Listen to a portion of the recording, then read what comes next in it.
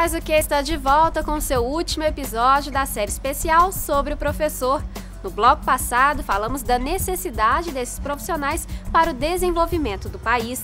E vimos também que um dos principais motivos para a falta de educadores em sala de aula são as baixas ofertas de salário. Neste bloco, você acompanha outros temas relacionados a essa profissão, como violência e saúde. Confira! A violência é preocupante em todos os setores da sociedade, porém no ambiente escolar ela parece assustar um pouco mais.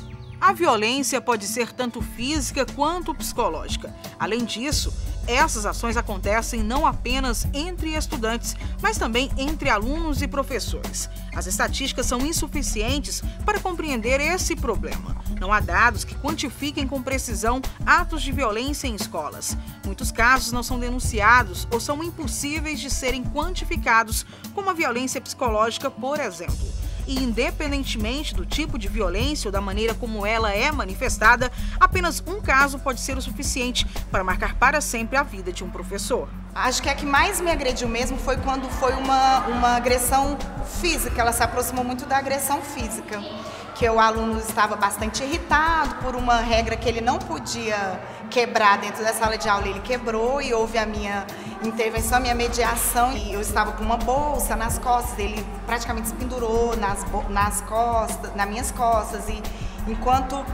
E muito irritado, e a turma toda bastante assustada, e eu, na verdade, sem saber muito como proceder naquele momento. Nós temos que entender que a escola é uma expressão da vida social, né? A violência não está na escola manifestada de uma forma diferente ou com características diferentes do que ela apresenta na sociedade, né? Nós vivemos numa sociedade muito violenta. Sendo a violência um problema social, um problema criado pelo processo, né, de cultura, o processo civilizatório mesmo, ela não é um fenômeno que vai ser tratado ou resolvido pela ação de um só, né?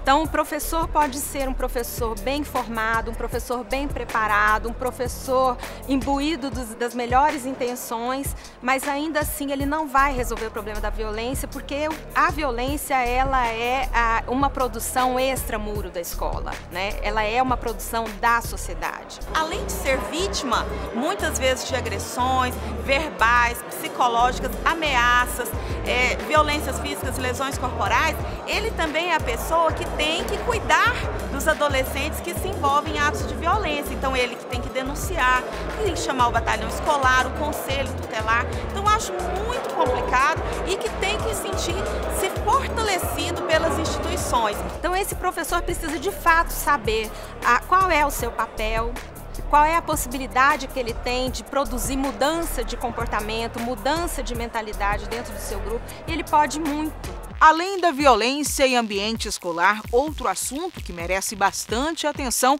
é a saúde do professor. O Sindicato dos Professores do Ensino Privado do Rio Grande do Sul realizou uma pesquisa sobre a saúde laboral da categoria.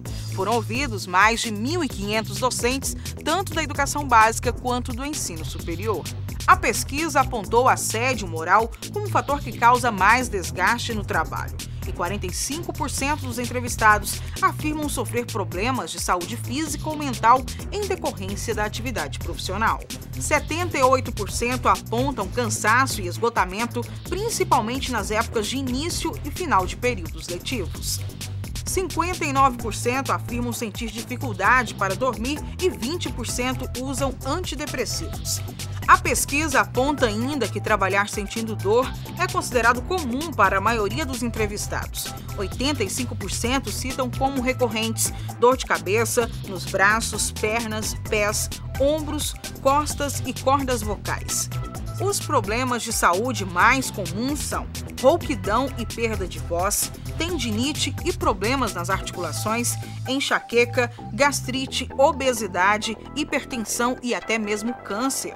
Nós lançamos um programa que é um programa de difícil execução porque é interministerial, que é o Saúde na Escola.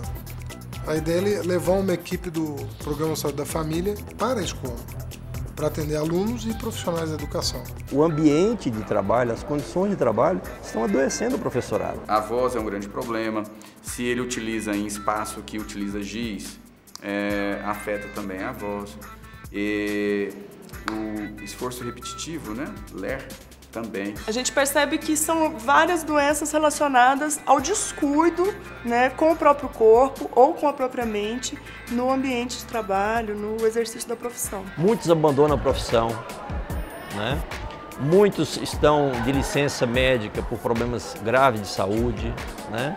Então são um conjunto de problemas que de fato precisam ser olhados pelas políticas públicas, né? Para que de fato a gente possa dar uma outra condição de trabalho ao professor. A gente precisa mudar essas condições de trabalho, né? Para que o professor se sinta dignificado na profissão. Os professores em uma escola podem se reunir em grupos de apoio para falar a respeito dessas condições de trabalho e pensar em soluções conjuntas.